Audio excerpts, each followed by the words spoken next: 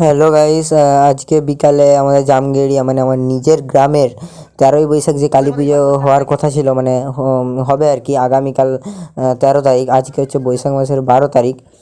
তাই আমরা সেই পুজো উপলক্ষে চলে আসছে ভগবন্তপুর থেকে শিবম সাউন্ড। দেখো শিবম সাউন্ডের বক্স এক গাড়ি লোড আছে, আর পেছনে দুটো গাড়ি আরও আসছে আর কি। আর এখনও মাল নামানো হয়নি, এখন দুপুরবেলা সবাই খাওয়া দাওয়া করছে, পরে নামানো হবে। আর গাড়ি ভর্তি মাল আছে দেখো। আর আগের দিন একটা অন্য ফিল্ডে খাটছিল আর কি, সেখানে স্পিকার নাকি কেটে গেছিলো, যার জন্য এই যে দেখো স্পিকারগুলো একটা টোটোয় করে নিয়ে এসেছিলো। 10 পিসের মতো স্পিকার, এগুলো লাগানোর পরেই লাটানো হবে মেশিন। দেখো কত চং, রেলগাড়ির মধ্যে ঝিকঝিক চং এনেছে। আর এই দেখো মেশিন সেট আপ, এটা কতগুলো মেশিন সেট আপ ছিল। আর দেখো তারপরেই আমরা নামাতে লেগে গেলাম, নিজের ফিল্ড তো তাই নিজেও একটু সাহায্য করছিলাম নামানোর কাজে।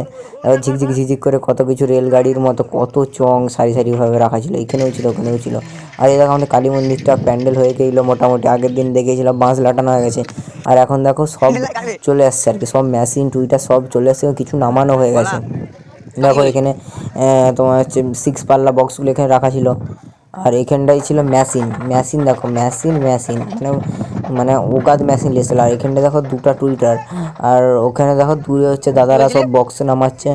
আর নিজের গ্রামের পুজো তাই ভালোভাবে ভিডিওটা করছি প্রথম থেকে তোমাদেরকে দেখানো যায়। এখানে দেখো রেলগাড়ির মধ্যে ঝিক ঝিক করে কত কত পরিমাণের চং। দেখো কালকে দিনের বেলা তোমার টেস্টিং ভিডিও দেখাবো, এখান থেকে নামানো হচ্ছিলো বক্স বাই।